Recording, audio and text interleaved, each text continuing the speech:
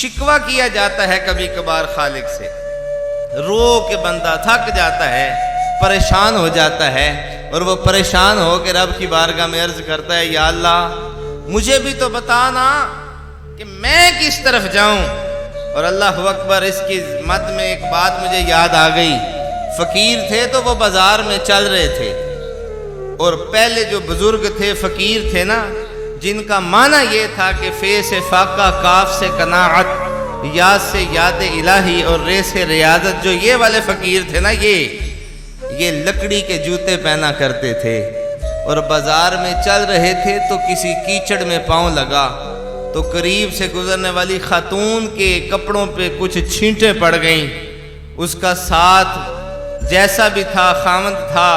یا اس کا کوئی دوست تھا، جیسا بھی ساتھ تھا، وہ آگے بڑھا اور اس نے اس مجذوب کے منہ پہ 1 2 3 تھپڑ مار دیے۔ جس وقت تھپڑ مارے نا تو انہوں نے آسمانوں کی جانب منہ کو اٹھایا اور چہرہ اٹھا کے کہا یا اللہ تو بے نیاز ہے نا، تو بے نیاز ہے نا، تو کریم ہے نا، جس حال میں بھی رکھے ہم تو راضی ہیں۔ آگے جاتے ہیں، کوئی ایکسیڈنٹ ہوتا ہے، وہ گر جاتا ہے بندہ، وہ بی بی تڑپتی ہوئی بزرگوں کے پاس آتی ہے کہ وہ تو دنیا سے چلا گیا ہے، آپ نے کوئی بد دعا دی ہے؟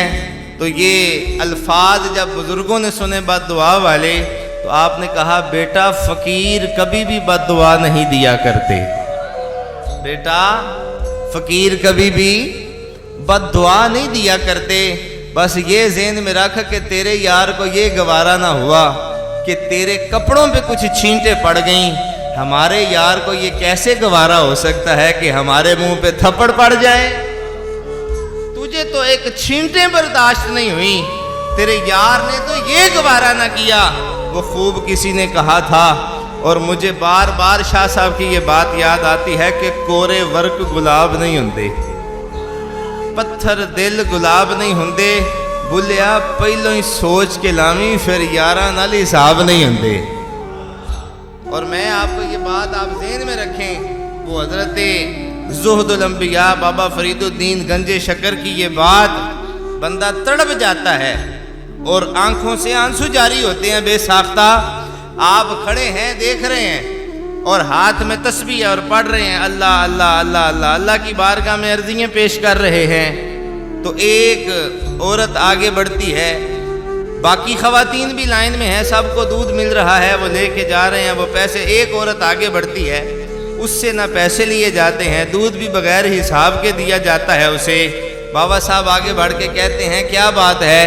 سب کو تو نے حساب کے ساتھ دودھ دیا ہے، ان سے تو نے پیسے بھی لیے ہیں اور اس سے نہیں۔ وہ دنیا دار تھا، اس نے کہا بابا جی یاراں نال حساب نہیں ہوندے۔